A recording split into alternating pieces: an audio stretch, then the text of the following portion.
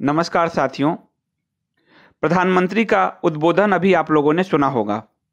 ऐसे समय में जब देश का मनोबल ऊंचा है, देश की सरकार का मनोबल ऊंचा है, देश की सेना का मनोबल ऊंचा है, कुछ लोग देश की सेना का मनोबल गिराने में जुटे हुए हैं।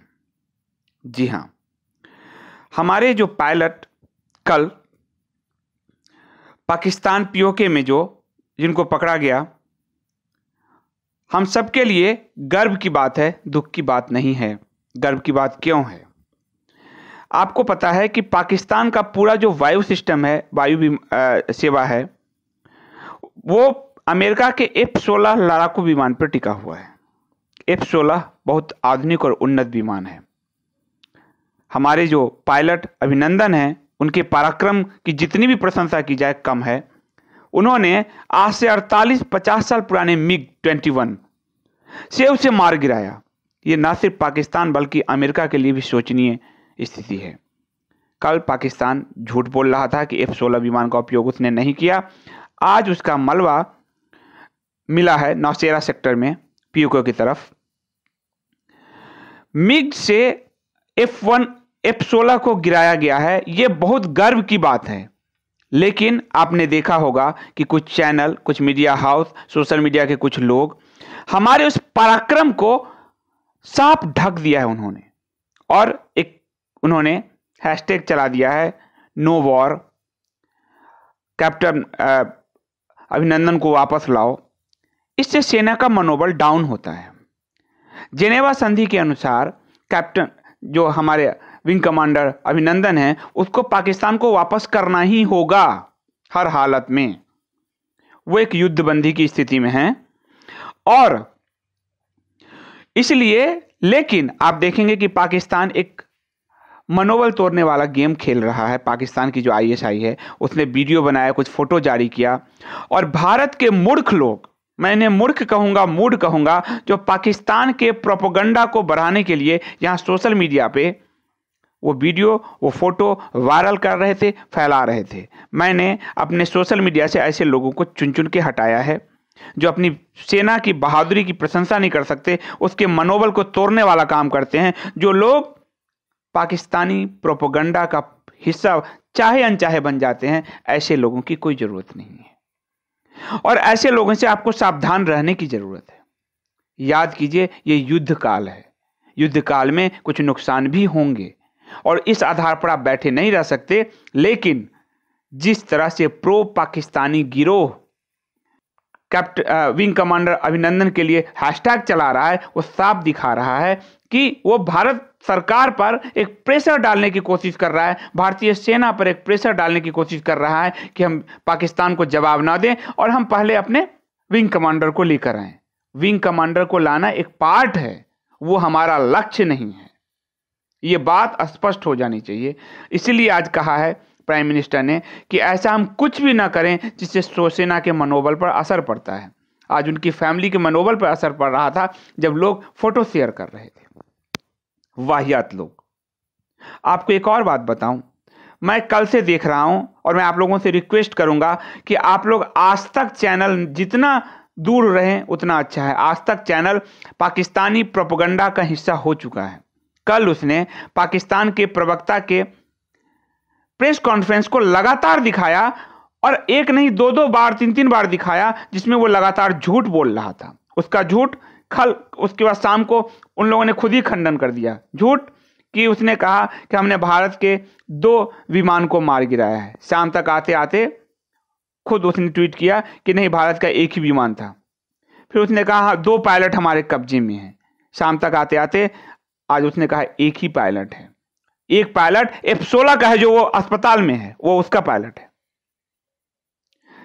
और उसको लगातार कवर करना इमरान खान के पूरे बयान को। इमरान खान भी झूठ बोल रहा था कि 2 विमान हमने मारे हैं। आज सब वो पता चल रहा है और उनकी तरफ से खुद स्पष्टीकरण आ रहा है। और आज जो है बहादुर वीर पायलट को वापस लाओ का अभियान चला रहा आज तक। ये मनोबल तोड़ने वाली स्थिति है। आपको पता है, सैम मानेकशॉ जब 1965 का वार हो रहा था, तो जो हमारे सेना प्रमुख थे, उनका बेटा वो भी एक विंग कमांडर थे, वो वायुयान के साथ पीओके में गिर गए थे। नंदू मानेकशॉ नाम था उनका। उन्होंने अपने बेटे को वापस लाने से मना कर दिया। पाकिस्तान के जो जनरल अयूब थे, वो सैम मानेकशॉ के अंदर काम कर चुके थे विभाजन से पहले। उन्होंने कहा मैं भेजता हूं। बोले नहीं, नंदू सिर्फ मेरा बेटा नहीं, वो भारत का बेटा है और नियम कायदे से ही आएगा। जब सारे युद्ध बंदी आएंगे तभी वो आएगा। जिनेवा संधि का उल्लंघन पाकिस्तान कर नहीं सकता। आज आप देखिए कि फ्रांस, ब्रिटेन, अमेरिका सब ने उसको घेरा है, पूरी दुनिया उसको घेर रही है। तब हमारे यहां कुछ मीडिया हाउस, कुछ लोग, आप देखें, ट्वीट पे जाके देखें, अजीत अंजुम को देखें, सागरिका को देखें जो पाकिस्तान इमरान खान की तारीफ करती घूम रही है। अजीत अंजुम को देखें जो प्राइम मिनिस्टर को कह रहा है कि आप जो है पार्टी का कार्यक्रम कर रहे हैं, हमें अपने पायलट चाहिए वापस। तुम पायलट लाओगे? तुमने तो आज तक भारतीय सेना के खिलाफ काम किया है। तुमने तो कभी भी नो टेररिज्म कभी नहीं कहा और आज शांति की अपील कर रहे हो। आप देखेंगे नो वॉर का जो पूरे आप ट्विटर पे जाइए, जो हैंडल देखेंगे, सारे प्रो पाकिस्तानी इंडियंस और पाकिस्तानी हैं। इन सब को हमें बेनकाब करना ही होगा। हमें चाहिए जितना जल्दी हो सके आप उसे वापस कीजिए। और प्राइम मिनिस्टर ने अभी क्या कहा? हमारा पायलट सीमा पे पराक्रम दिखा रहा है। सोच सकते हैं 48 साल पुराने विमान से F-16 जैसे विमान को मार गिराया। F-16 अमेरिका का सबसे आधुनिक, अत्याधुनिक विमान है, लेकिन उसकी कोई चर्चा नहीं कर रहा। उसको दबा दिया गया है। उस वीर के पराक्रम को दबा दिया गया। उस वीर अभिनंदन के पराक्रम को दबा दिया गया है। उस वीर अभिनंदन को बेबस की तरह पेश किया जा रहा है। आप सबको मैं कह रहा हूं कि ऐसे लोगों को बेनकाब कीजिए। सेना के मॉडल को बनाए रखने के लिए पाकिस्तान के किसी भी प्रोपेगेंडा में ना फंसें। भारत में बड़े पैमाने पर मीडिया में प्रो पाकिस्तानी बैठे हैं, ISI फंडेड लोग बैठे हुए हैं। और मैं आपको मेरी जो आगामी किताब आ रही है लुटियंस चक्रव्यूह, उसमें मैं आपको प्रूफ दूंगा कि किस तरह से ISI भारत की मीडिया के साथ मिलकर काम करती है। पिछले 2 दिनों से आज तक की रिपोर्टिंग देखकर मुझे पता चल गया। NDTV मैंने अपने यहां ब्लैकआउट करा रखा है, बंद करा रखा है। सोशल मीडिया के उन सारे हैंडल्स को जो है आप जवाब दीजिए और सजग रहिए। प्राइम मिनिस्टर ने कहा है कि हम सबको, हम जो काम कर रहे हैं उसको सजगता के साथ करने की जरूरत है। ये देश इस समय एक होने की जरूरत है, किसी प्रोपेगेंडा वार में फंसने की जरूरत नहीं है। आइए हम सब उस वीर पराक्रमी अभिनंदन का स्वागत करें कि उसने 50 साल पुराने विमान से अमेरिका के सबसे उन्नत विमान को मार गिराया है। ये हमारे लिए शौर्य की बात है और हम सब मिलकर एकजुट होकर एक भारतवासी के नाते पाकिस्तान के खिलाफ, पाकिस्तान के प्रोपेगेंडा वार के खिलाफ और पाकिस्तानी सेना के खिलाफ और भारत में बैठे प्रो पाकिस्तानियों के खिलाफ हल्ला बोल दें, लेकिन सजग रहकर मनोबल बनाए रखें, किसी भी प्रोपेगेंडा में ना फंसें। जय हिंद।